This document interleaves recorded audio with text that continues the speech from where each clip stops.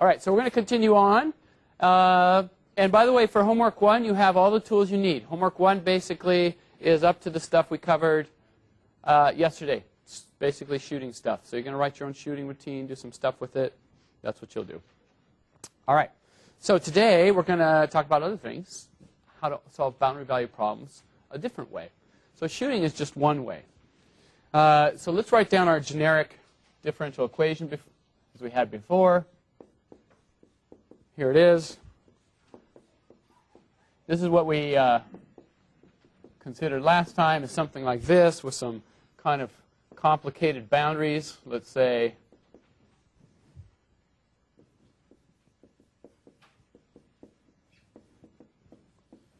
and then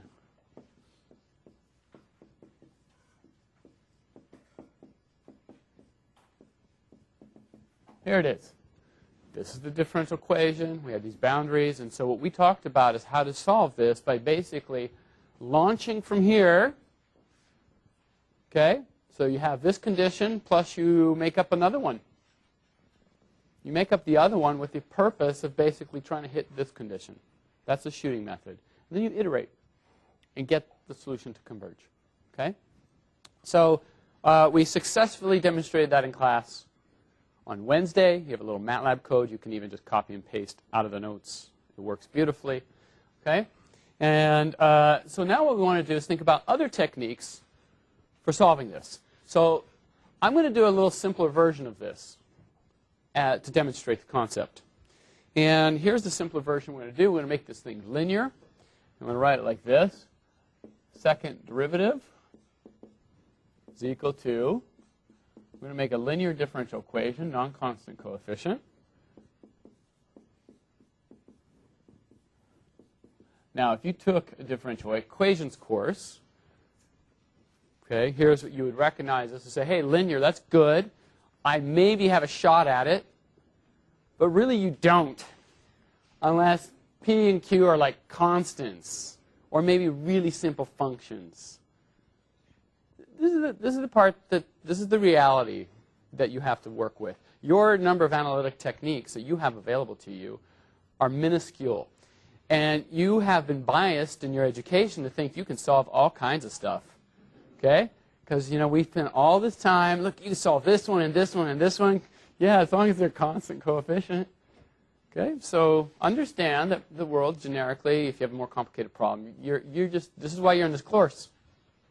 Presumably, right? Except to maybe come see my orange sunshine tie. Because you can't get any sunshine outside. You come here and say, look at that. That's like sun. Okay, so I'll try to wear my yellow and orange as much as possible for you. Okay, but there you go. You have this, linear, and you can't solve it unless, so for generic P and Q. And here we're also going to assume that maybe I have these boundary conditions. It's alpha and beta at the two endpoints. Okay? So there it is. Setup of the problem. Now,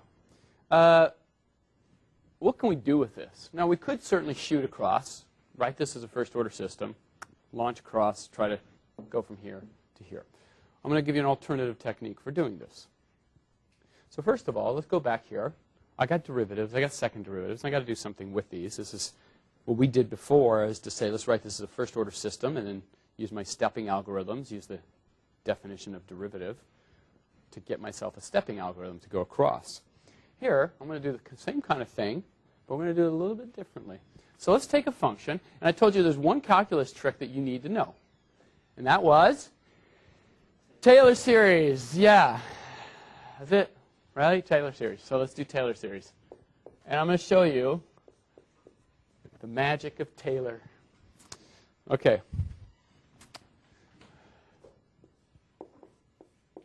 So let's just do the following. Take a function, expand it around, so evaluate it t plus delta t, and expand it around f of t. Okay, so let me write down the Taylor series around f of t. Well, it's f of t plus, right, delta t times the derivative, df dt, plus delta t squared over 2 factorial, second derivative. And these are going to evaluate t plus, and what we're going to do is truncate it. So right now what I'm going to do is say, okay, the last term here is delta t cubed over 3 factorial, third derivative. And this is evaluated at, let's call it C1. C1, some constant, which I do not know, and it's between t and t plus delta t. But I'm guaranteed to have this. That's an exact result. No approximations have been made. Okay? It's just that I don't know what C1 is. Okay. Now I'm going to do the same thing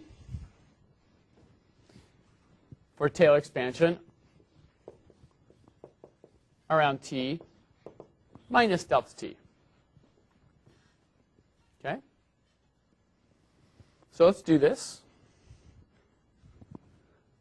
If you do t minus delta t, notice what happens. Well, you just, wherever you see a delta t here, and just make it a minus delta t. That's the easiest thing to do. So you get f of t, delta t becomes a minus delta t, df dt, plus delta t squared, that's minus squared is minus 1 squared is plus, right? So that stays the same.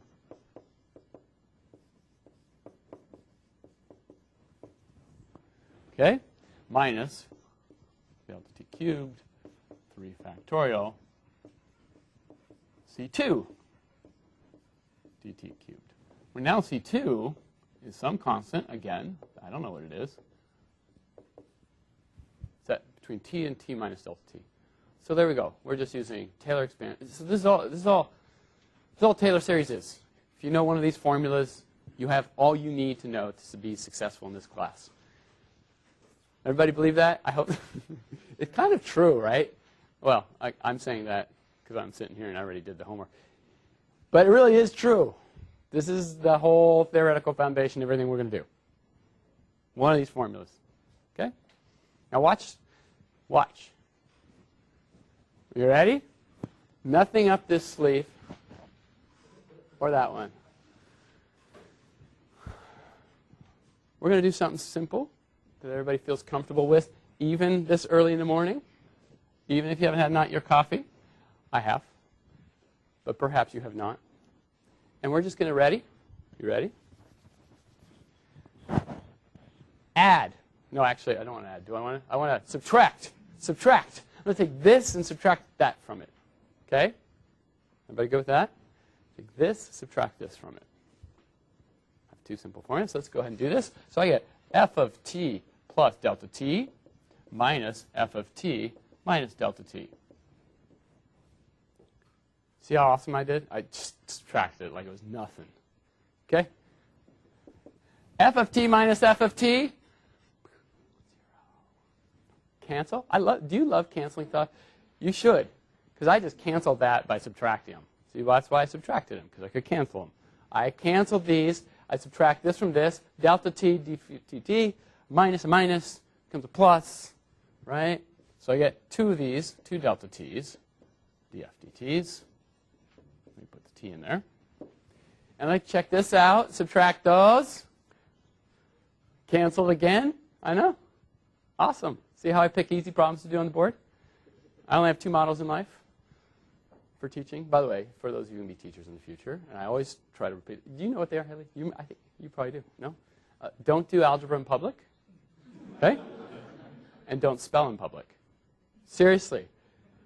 If you take anything away, you go people home. Don't do. Those are the two things you never do, because you are going to make mistakes somewhere, and you're going to be halfway through this big calculation, and you're like,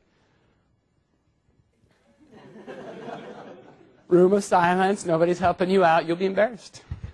But if you just don't try to do algebra, except for like this simple algebra, okay, there you go. Write that down in the notes. Okay. And by the way, these cancel, so I'm left with this minus minus, gives me a plus.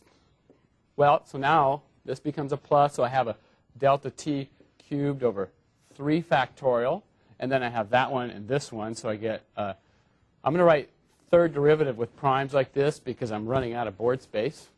So at C1 plus f triple prime at C2. What did this buy me? What I'm going to do now, I'm going to solve for df dt here. So I'm going to take this to the side, divide by 2 delta t. Okay? So what do I got? Well, then, so what I have is the following formula. df dt, valued at t, is equal to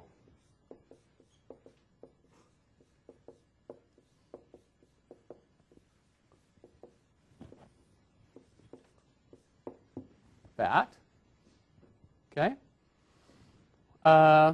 plus delta t squared, bless you, over, I got a 3 factorial and this factor of 2 there. So let me put the 3 factorial here, and let me take the 2 that I divided by and put it here. This is kind of like an average of these two terms. This term plus this term divided by 2. It's kind of like an average. Let's just call it that. F triple prime at some average. And there's my formula. Ready? Ready? How important is it? Oh, look, I put a box around it. That's how important it is. What does it tell you? My derivative, df dt, is equal to f at t plus delta t minus f of dt minus delta t, or f at t minus, did I say? Oh, anyway, my derivative, let me say that again because I kind of got confused in my sentence. It's the point in front, delta t, t plus delta t, point behind, t minus delta t over 2 delta t, plus a little bit of something here, delta t squared. And this is simply rise over run. Isn't df dt a slope, right? So when you thought about calculating slopes in your life, and you didn't think you'd have to do that until you got to calculus, right? And you start thinking, oh, there's this thing called a slope, and I can calculate it. It's a derivative. And the way you thought about it was that it's just rise over run. And so when you think about evaluating a function,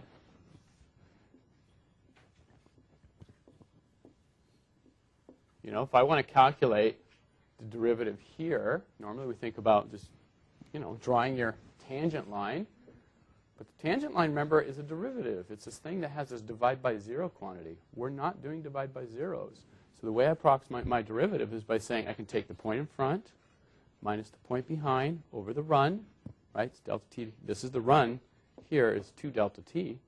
And I basically take those neighboring points to calculate my slope.